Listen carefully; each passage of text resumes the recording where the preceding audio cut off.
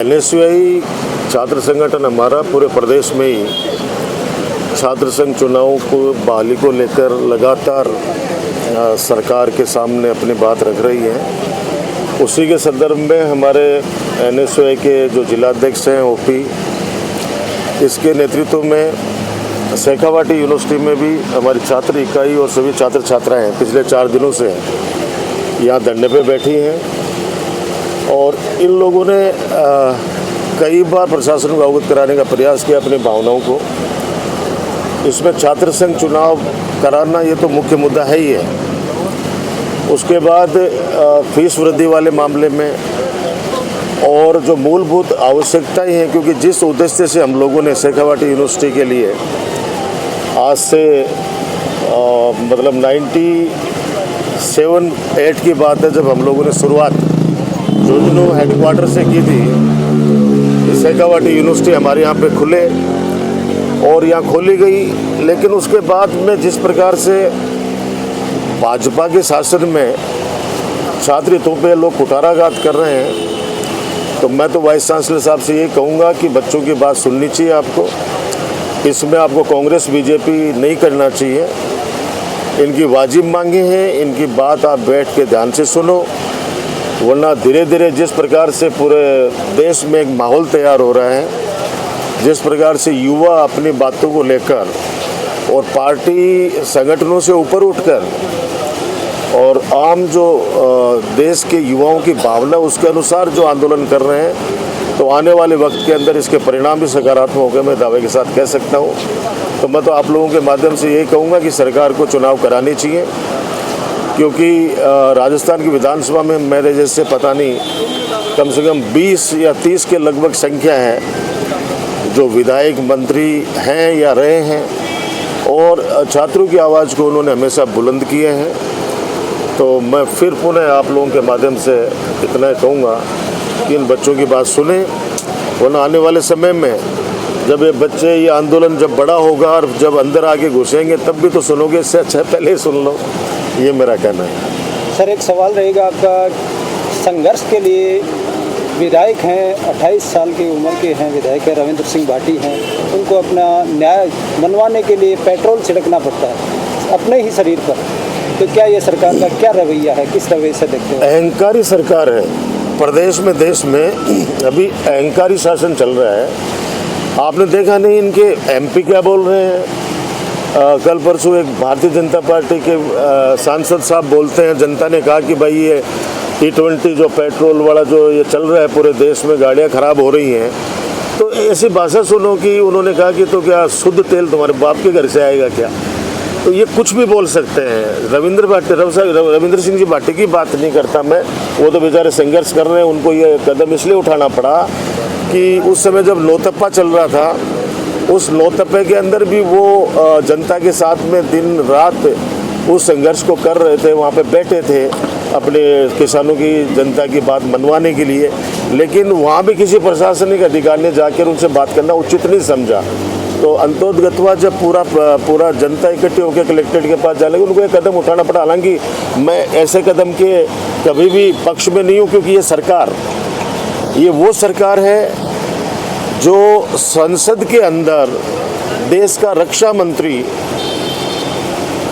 Operation सिंदूर के मामले में ये कहे कि एक भी शहीद नहीं हुआ है, और उसके बाद में उसी संसद के अंदर वही रक्षा मंत्री 2 महीने बाद में, 3 महीने बाद या 8 महीने बाद के अंदर 6 हमारे उन युवा जांबाज हमारे साथियों की नाम वो जारी करते हैं कि नहीं, ऑपरेशन सिंदूर में 6 युवा हमारे शहीद हुए हैं।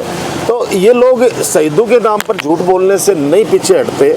तो ये आम जनता के मामलों के अंदर तो आपको पता है इनका पुराना इतिहास रहा है झूठ बोलने का। तो मैं ज़्यादा समझता हूँ कि आम जनता इनकी बातों को समझ चुकी है, इनके जो चाल चरित्र है उनको समझ चुकी है, और आने वाले वक्त में युवाओं ने अभी अंगड़ाई ली है, और आने वाले समय में इसके परिणाम भी मैं कह रहा हूँ ना कि इस अहंकारी शासन का अंत करने में ज़रूर होगा। एक सवाल रहता है सबका, ABVP का मानो या अदर का मानो, सब कहते हैं कि कांग्रेस सरकार ने ये चुनाव बंद करवाए थे 70 संख्या, उस समय भी हमने तो माननीय अशोक गहलोत साहब से कहा था कि आप भी छात्र राजनीति से निकले हो और ये चुनाव बंद नहीं होने चाहिए। तो उस समय सहमति बन गई थी, क्योंकि उस समय भी हमारे एनएसयूआई संगठन आंदोलन कर रहा था। उस समय भी हमारी सरकार में भी ये चुप नहीं बैठे थे।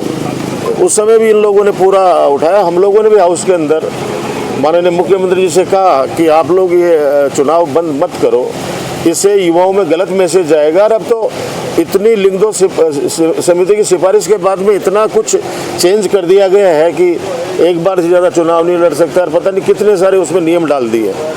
तो उस समय मैं तो ये कहूँगा कि उस समय जैसा मुख्यमंत्री जी भी कहते हैं कि वो आचार संहिता लग गई थी इसलिए, लेकिन मैं कह रहा हूँ कि हमारी भी गलती रही है इस मामले में।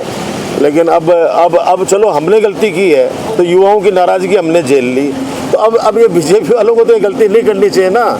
ये तो बच्चों की भावनाओं को ध्यान में रखते हुए और चुनाव इनको कराने चाहिए, ताकि युवाओं का नेतृत्व, छात्रों का नेतृत्व विधानसभा के अंदर पहले की तरह पहुंच सके। राजस्थान में एक और विद्यार्थी धरने पर है, एक और शिक्षक धरने पर, और यूजीसी रोल बैक को भी एक लेकर के अहम भूमिका निभाई जा रही है। आपकी क्या प्रतिक्रिया? आप ये बताओ कि इस सरकार में, चाहे देश इस डबल इंजन की सरकार में, कौन धरने पे नहीं है? किसान, व्यापारी, छात्र, आप ये देख लीजिए, ये हमारे युवा साथी और आम जनता जो अभी इस महंगाई से त्रस्त है। थोड़े से दिन रुक जाओ, अभी पेशेंस जब जिस दिन टूटेगा आम जनता का, जिस प्रकार से महंगाई दिन डे बाय डे, अभी तो युद्ध का नाम लेते थे, कभी तो करेंगे ईरान का युद्ध चल रहा है इसलिए महंगाई बढ़ रही है, कभी क्या बहाना ले लेते हैं। लेकिन जब लोगों की जेब कटना शुरू इन्होंने कर दी है, तो आम जनता जब सड़कों के ऊपर आएगी सरकार के खिलाफ, तब इनका अहंकार टूटेगा, और अहंकार तोड़ा है। युवाओं ने धरना प्रदर्शन किया है, चाहे रांची में ले लो, चाहे जंतर मंतर पर ले लो, और ये लोग कहते थे कि हमारे राज्य में इस्तीफे नहीं होते, घुटने टेकने पड़े इनको और इस्तीफा दिलाना पड़ा। लेकिन इस्तीफा देने के बाद जिस सरकार से बच्चों को क्या क्या भाषाओं से, क्या क्या शब्दों से इन लोगों ने नवाजा, वो शर्म का विषय है। तो ये अहंकारी सरकार है, चाहे प्रदेश की हो चाहे देश की हो। जब तक जनता जागरूक नहीं होगी अपने हितों के प्रति, तब तक इनका अहंकार टूटने वाला नहीं है। और आने वाले समय में मैं जहाँ तक समझ रहा हूँ कि धीरे धीरे लोगों में अच्छी जागृति आ रही है। आज एक बड़ा आरोप है यूनिवर्सिटी पे, आपके कार्यकाल में यूनिवर्सिटी की शुरुआत करी गई, लेकिन आज कुछ विषय ऐसे हैं जिनको चालू नहीं कर पा रही है वर्तमान। मैं कह रहा हूँ कि जितना बजट उस समय हम लोगों ने करवाया, सारा काम हुआ, एजुकेशन का स्तर अभी तक ये लोग अंदर सुधार नहीं पाए हैं। और आने वाले वक्त में करेंगे शुरू, जो हमारा सपना है, जिस प्रकार से शेखावाटी यूनिवर्सिटी का नाम पूरे प्रदेश में हो, पूरे देश में हो, तो करेगा ऊपर वाला अच्छा। और आने वाले समय में इसका करेंगे अच्छी चीज़ें। एक आखिरी सवाल है सर, वर्तमान सरकार है वो एक तरफ तो कहती है युवा नेता होना चाहिए, और दूसरी तरफ ये छात्र संघ चुनाव है इनको बंद रखती है। मैं कह रहा हूँ ना, ये आज 3 साल होने जा रहे हैं सरकार को। अबे हम लोगों की सरकार पे आरोप लगाते कि आपने बंद किए थे। अरे भाई, हमने बंद किया तो उसका युवाओं ने हमारे को दे दिया ना, उसका क्या बोलते हैं, फल दे दिया ना। तो अब 3 साल से तो आपकी सरकार है, आप क्यों नहीं चालू कर रहे हो? और आपके विद्यार्थी परिषद के कार्यकर्ता भी तो आंदोलन कर रहे हैं भाई, वो चाहे लोग दिखावे के लिए कर रहे हो, लेकिन वो लोग भी तो सड़कों पे आरोप लगा रहे हैं बार बार सरकार पे। हाँ, 3 साल हो गए, घोषणा पत्र में लिखा था। घोषणा पत्र में बिल्कुल लिखा था, युवाओं ने इन पे विश्वास करके इनको वोट दिए थे। तो अब जो हमने गलती करी वो गलती मत करो भाई, वरना ये युवा है, ये युवा उल्टा इसका वायु होता है, ये चल पड़ेगी तूफान की तरह, तो ये बड़े बड़े दरख्तों को उखाड़ देती है। तो माननी चाहिए, कुल मिला के मेरी माननी चाहिए। आज मैं ओपी नागा के नेतृत्व में जो धरना चल रहा है, हमारे इकाई के अध्यक्ष के नेतृत्व में आंदोलन चल रहा है, इनके मिलने आए हूँ इन बच्चों से, और इनको एक मॉरल सपोर्ट देने के लिए आया हूँ कि संघर्ष कभी जाया नहीं जाता। बहुत आपने अभी विधायक रविंद्र सिंह जी का भी उदाहरण दिया, उन्होंने भी बहुत दिनों तक वो लोग धरने पे बैठे रहे। और अभी एक लड़का अपना वो शुभम रेवाड़, वो तो आमरण तक बेचारा आईसीयू तक पहुंच गया, और उसकी बात भी कोई नहीं सुनेगी। राजस्थानी भाषा करके और पूरे प्रदेश को गुमराह ये भाजपा करती है हमेशा, लेकिन उस बच्चे ने राजस्थानी भाषा का भी मुद्दा उठाया। और उसको भी नज़रअंदाज किया। उससे आप तो कह रहे हो वगैरह 8 या 10 दिन तक वो एम्बुलेंस पे रहा, फिर आईसीयू में भी है 13 दिन। एक नुमाइंदा उससे पूछने का, तो मैं कह रहा हूँ कि एम्बुलेंस वगैरह मत करना भैया, यहाँ जान की कीमत नहीं है कुछ भी। मैं बता दूँ आपको, 25 बच्चे नीट के मामले के अंदर अपनी जान दे दी।